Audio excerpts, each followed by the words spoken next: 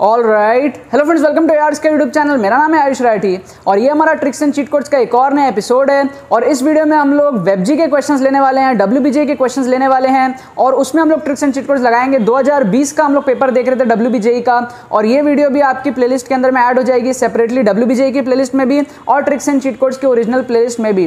Description में आप लोगों को प्लेलिस्ट का लिंक मिल जाएगा, वहां से आप लोग जाके सारे वीडियोस को एक्सेस कर सकते हो। तो जल्दी से इस वीडियो को स्टार्ट करते हैं, इस वीडियो को लाइक करके चैनल को सब्सक्राइब करके AR स्क्वाड का हिस्सा बन जाओ। उम्मीद करते हैं कि आपको ये वीडियो पसंद आएगी।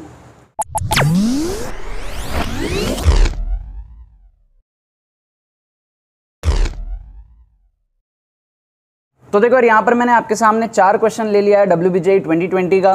डब्ल्यूबीजे की सेपरेट प्लेलिस्ट बनी हुई है चैनल पे, तो उसका लिंक आपको डिस्क्रिप्शन में मिल जाएगा।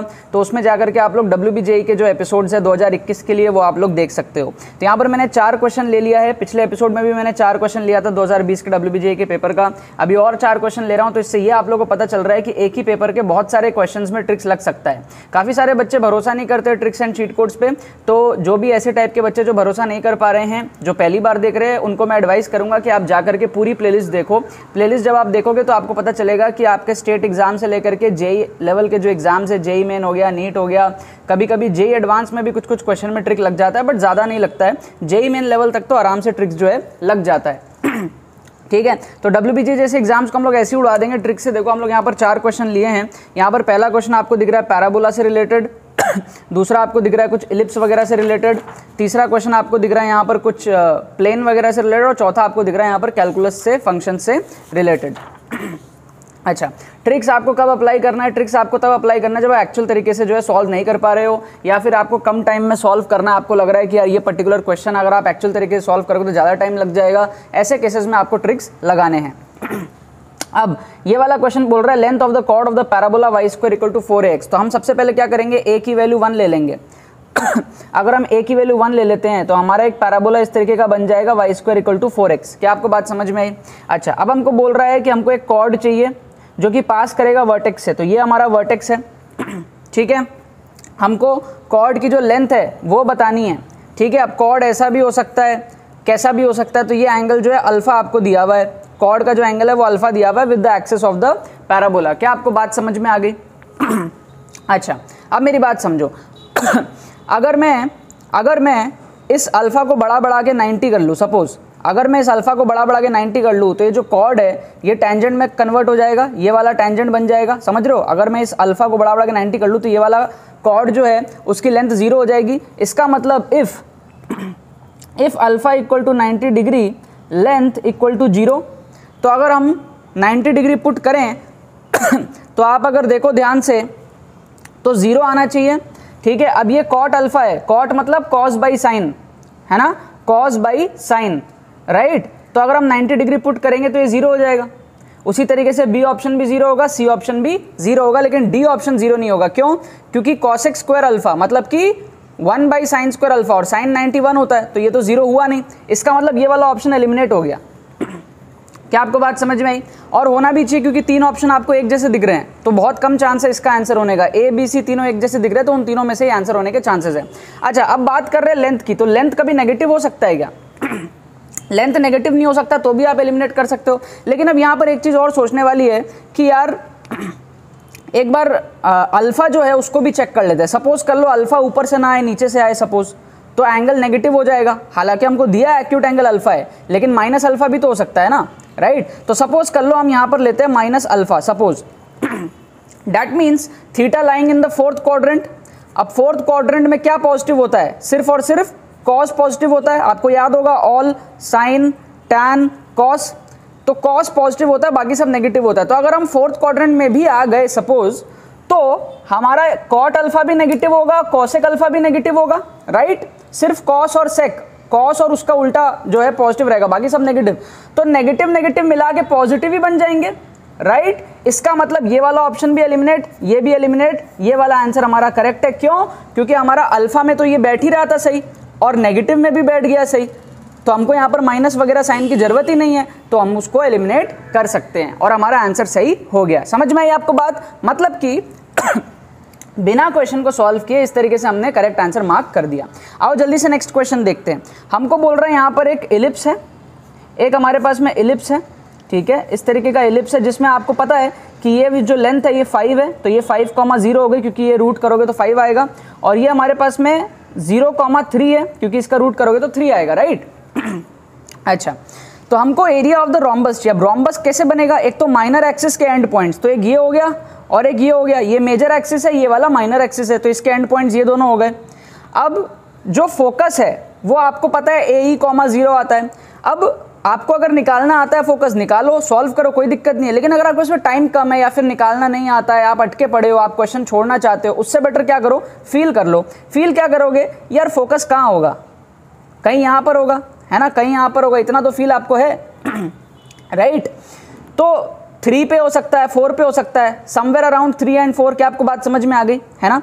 अच्छा, मेरी बात को समझना ध्यान से। इलिप्स का एरिया कितना है पहले ये कैलकुलेट करो। इलिप्स का एरिया है पाई R1 R2, मतलब कि पाई AB, मतलब कि पाई 3 इंटू 5, मतलब कि 15 पाई। 15 पाई मतलब 15 इंटू 3.14। क्या आपको बात समझ में आई। इलिप्स का एरिया, जैसे सर्कल का एरिया पाई R² होता है, इलिप्स का पाई AB होता है, तो 15 3 जा 45 पॉइंट समथिंग, ये 45 से बड़ा आएगा। क्या आपको बात समझ में आ रहा है, क्या आपको बात समझ में आ रहा है। तो पूरे इलिप्स का एरिया अगर 45 के आसपास है तो क्या इस रोम्बस का एरिया 48 हो सकता है, कतई नहीं हो सकता। काटो इसको, समझ में आई बात आपको अच्छा, अगर ये पूरे का एरिया 45 के आसपास है तो 12 कुछ ज़्यादा छोटा नहीं है, इसको भी काटो। 24 और 36 में से एक आंसर हो सकता है हमारा, राइट, क्योंकि हमको इस वाले एरिया का निकालना है। अगर ये टोटल एरिया 45 के आसपास है तो ये 24 या फिर 36 के आसपास होगा, राइट। अच्छा, एक बार 3 लेके देखते हैं। अगर मान लो ये 3 है सपोज, जो कि 3 है नहीं, होना नहीं चाहिए 3, बट फिर भी एक आइडिया लगा लो, 3 हो सकता है, 4 हो सकता है, कुछ भी हो सकता है, आपको निकालना नहीं आता, ठीक है। तो अगर 3 होता तो half into base into height करोगे तो क्या आएगा, हाफ इंटू बेस की वैल्यू 3 आएगी और हाइट की वैल्यू 3 आएगी, तो ये आएगा हमारे पास में 4.5, 9/2 4.5।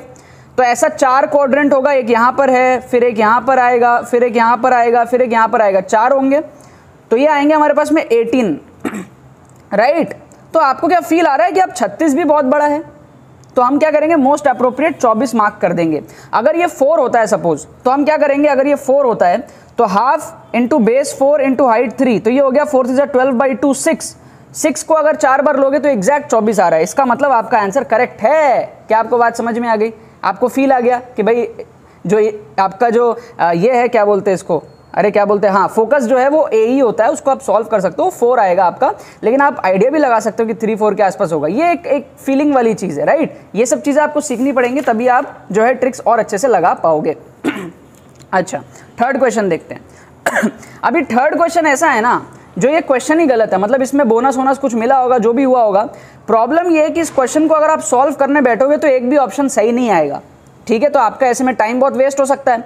अब टाइम को बचाने के लिए हम क्या कर सकते हैं, कोई एक ऑप्शन फटाफट मार्क करके आगे बढ़ सकते हैं। तो कैसे मार्क करेंगे, देखो, हमको बोल रहा है कि जो भी प्लेन है वो इस पॉइंट से पास कर रहा है और इसके पैरेलल है, ठीक है।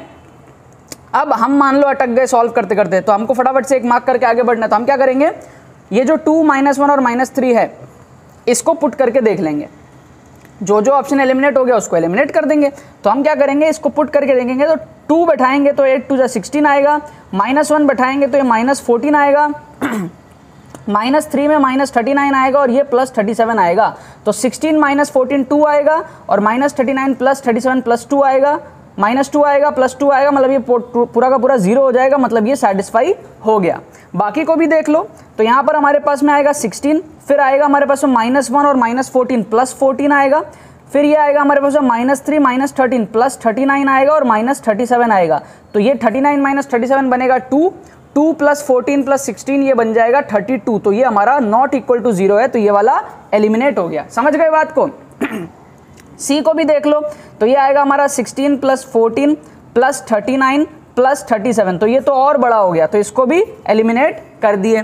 डी को भी देख लो, 16 है ना +14 है ना -39 + 37, तो 16 + 14 आया 30 और ये दोनों मिला के आएगा -2, तो ये भी 0 नहीं बन रहा है। तो कोई भी ऑप्शन जो है बाकी के 3 0 सेटिस्फाई नहीं हो रहा, सिर्फ एक ऑप्शन सेटिस्फाई हुआ है, तो हम इसको मार्क करके आगे चल देंगे। हालांकि करेक्ट आंसर ए भी नहीं है, इसका आंसर नन ऑफ दीज है, क्योंकि ये बाकी जो कंडीशन है ना वो शायद ए सेटिस्फाई नहीं करेगा। लेकिन अब बोनस तो सबको मिलना ही था, लेकिन आप अटक गए, सॉल्व नहीं कर पा रहे, तो जल्दी जल्दी में ये सब करके आगे बढ़ो। समझ गए आप बात को, मार्क करके आगे बढ़ो। बोनस मिलेगा तो मिलेगा, नहीं तो आपका ये सही हो जाएगा, राइट। बी सी डी तो क्लियरली नहीं है। अच्छा लास्ट क्वेश्चन देखते हैं। हमको बोल रहा है डोमेन निकालना है। अब जो बहुत अच्छे बच्चे होते हैं ना, बहुत पढ़ाई करके जाते हैं, मतलब जो एकदम स्मार्ट नहीं होते हैं लेकिन पढ़ाई मतलब बोका बुद्धि वाले जो बच्चे होते हैं, वो क्या करेंगे, इसको सॉल्व करने लग जाएंगे। वो ये नहीं समझेंगे कि ये बोर्ड का एग्जाम नहीं है, जेई का एग्जाम है। जो स्मार्ट बच्चे होंगे, चाहे उन्होंने अच्छी पढ़ाई करी है या फिर नहीं पढ़ाई करी है, वो क्या करेंगे, फटाफट से ऑप्शंस को देखेंगे। तो अगर आप ऑप्शंस को देखोगे तो यहाँ पर फर्स्ट ऑप्शन में दिया है x greater than -1। Greater than -1 का क्या मतलब है, -1 से बड़ा हो, मतलब कि -1 से बड़ा क्या हो सकता है, -0.5 हो सकता है ना, -0.4 हो सकता है, ये भी तो -1 से बड़े है ना। और अगर हम इसको पुट करेंगे यहाँ पर, तो आप क्लियरली देख रहे हो रूट के अंदर नेगेटिव आ जाएगा x, तो ये तो डोमेन बन ही नहीं सकता, तो इसको हम लोग क्या करेंगे, एलिमिनेट कर देंगे। उसी तरीके से ऑप्शन बी में भी आप देखो नेगेटिव के टर्म्स आएंगे इस तरीके से, -1 से इन्फिनिटी के बीच में -0.5 -0 ये सब आएंगे, तो इसको भी हम लोग एलिमिनेट कर देंगे। बचेंगे दो ऑप्शन हमारे पास में। अब आप यहाँ पर ध्यान से देखोगे, √5 - 1/2 ये पॉजिटिव क्वांटिटी है, लेकिन 1 - √5/2 मतलब 1 - √5 मतलब 2.2 समथिंग है ना, डिवाइडेड बाई 2, तो ये माइनस नेगेटिव में आ रहा है। देखो आप इसको ध्यान से, नेगेटिव में आ रहा है, इसका मतलब ये भी सेटिस्फाई नहीं करेगा क्योंकि यहाँ पर डालते ही रूट के अंदर नेगेटिव आएगा, तो इसको भी एलिमिनेट कर दिए। एक ही ऑप्शन बचा हमारे पास में, ऑप्शन सी। हम लोग इसको मार्क करके अगले क्वेश्चन में चल देंगे। मतलब कि ये जो भी कहानी आपको दी हुई है, इससे फर्क ही नहीं पड़ा, इसको सॉल्व ही नहीं करना पड़ा हमने बस ऑप्शंस में से कुछ कुछ पॉइंट्स को पुट करके देख लिया और ऑप्शंस को फटाफट से एलिमिनेट कर दिया। तो डोमेन जैसे क्वेश्चन जैसे WBJ में बहुत आते हैं, और आप लोग अगर सॉल्व करने बैठ गए इसको तो टाइम ज्यादा लगेगा। ऐसे करोगे फटफट करके अगले क्वेश्चन में चले जाओगे, जहां जरूरत है आपके टाइम को देने की वहां दे पाओगे, वरना इन सब क्वेश्चन में अगर छोटे छोटे क्वेश्चन में टाइम लगा दिए तो पेपर ही कंप्लीट नहीं होगा, पेपर कंप्लीट नहीं होगा, मार्क्स ज्यादा नहीं आएंगे, मार्क्स ज्यादा नहीं आएंगे तो जादवपुर यूनिवर्सिटी नहीं मिलेगा। आप सबको टारगेट करना है जादवपुर यूनिवर्सिटी के लिए। ये सारे ट्रिक्स मैं एग्जाम में लगा चुका हूं। मेरी 849 रैंक आई थी WBJ के अंदर में, अंडर 1000 रैंक आई थी, और ये सिर्फ और सिर्फ पॉसिबल हो पाया था पहला मेरी मेहनत के वजह से, और उसके बाद में मेरे ट्रिक्स के वजह से। ट्रिक्स के वजह से मेरे बहुत जो है स्कोर बूस्टअप हुए थे, तभी मेरा इतना रैंक आया था, वरना इतना रैंक नहीं आता।